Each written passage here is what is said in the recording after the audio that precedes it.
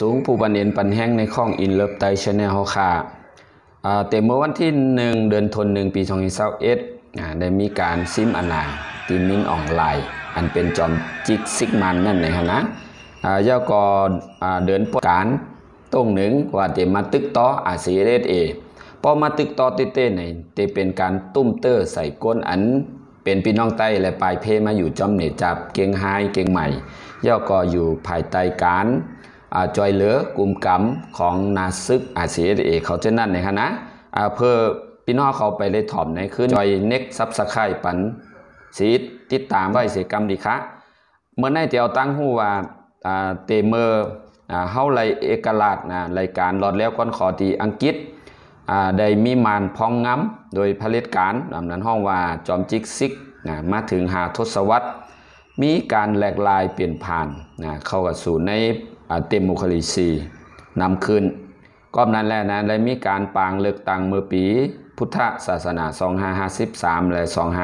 2558ได้มีการต่อสู้กูจุ้มเจ้าเคออันมีว่าอยู่ถึง15จุ้มเจ้าเคอนั่นเลยมีการอุบลือกึดยื้อNCA ปี2554ฮอดมาถึงล็อกไลน์อันดีขึ้นเมื่อมาถึงปี2564เดือนวันที่1เดือนธันวาคมปี2021ซึ่งมันมีหนองหลายเลยซิมอนาและเป็นข้าวยามจำได้ฮอด3 เดือนได้มีการออกมาต้งหนึ่งในกลางใจของคนเมืองย่อก็ไผ่กลุ่มจุ้มซึกอันเป็นได้กึดลือกึดยื้อ NCA ได้ออกมาหนีลาดว่าจะอยู่ภายตั้งก้นเมืองย่อก็จะฮับห้องเอาก้นอันปลายเพ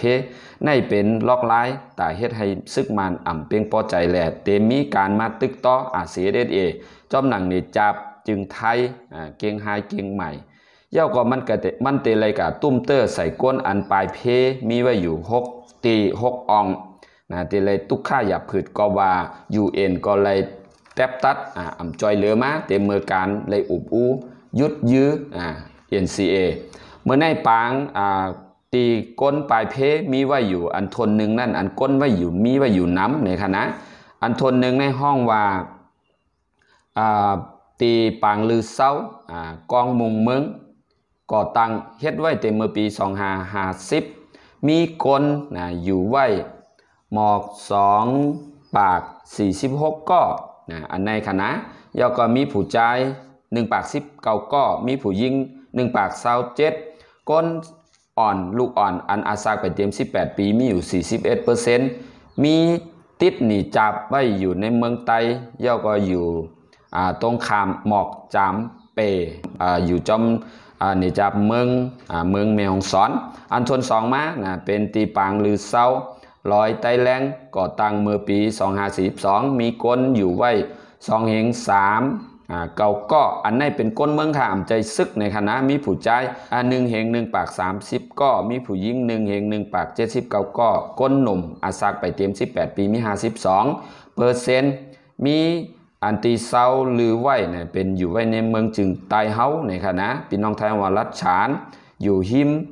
สื่อจอมอันเมืองปางมาพาแม่ฮ่องสอนย่อก็อันทน3ฐานตีลือเศร้าก่อตั้งเมื่อปี2549โดยก่อดำในคณะมีก้นไว้อยู่2 ปาก38ก็ย้ำในปี2064ในคืนมาเป็น2 ปาก53ก็เป็นผู้ชาย1 ปาก21ก็ผู้หญิง1 ปาก17ก็ก้นหนุ่มอาซักไปเต็ม18 ปีป้องไว้เต็มหมอก 37%ตีตังไว้ตรงข้ามเวียงแหงเก่งใหม่นะครับอันทน4ปางอพยพกุ้งจ่อในคณะอันตีปลายเพตีกุ้งจ่อเป็นมีไว้นะครับก่อตั้ง2545มีก้นอันใจซึกมานั่น4 ปาก2ก็แม่งเป็นผู้ชาย1 ปาก92ผู้หญิง2 ปาก10ก้นหนุ่มลูกอ่อนอันอาซักไปเต็ม18 ปีมีอยู่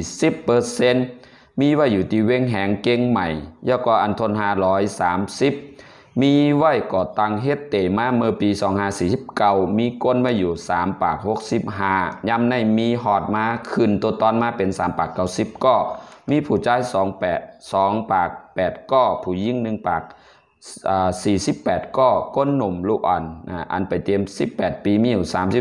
32% มีไว้อยู่ที่สื่ออำเภอ ฝางจังหวัดเชียงใหม่อันทนฮกในขณะร้อยก่อวันก่อตั้งมาเมื่อปี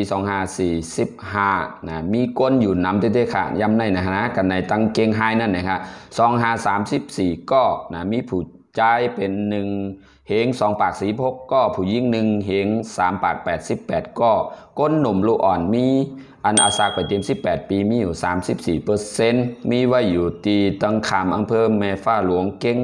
ให้วันนั้นครับพี่น้องครับสังเจอหันถึงจึงหือในป้อมมีการตุ้มเตอร์ตุกค่าเจ้ายอดเสือก็ว่ามันมานเขาได้อุบว่ามาเตห้ามมาในปุ่นแต่ตั้งใต้ก็เกมพ่อมไม่อยู่สังเจอหันถึงจึงในก็จอยกันส่งแซ่สิกรรมดีขาไม่สูงค้าให้หลอดแล้วปลอดภัยเอามาซึกเอามากลเมืองสิกรรมดีขาเนาะจอยกันส่งแซ่ปันสิกรรมดีขา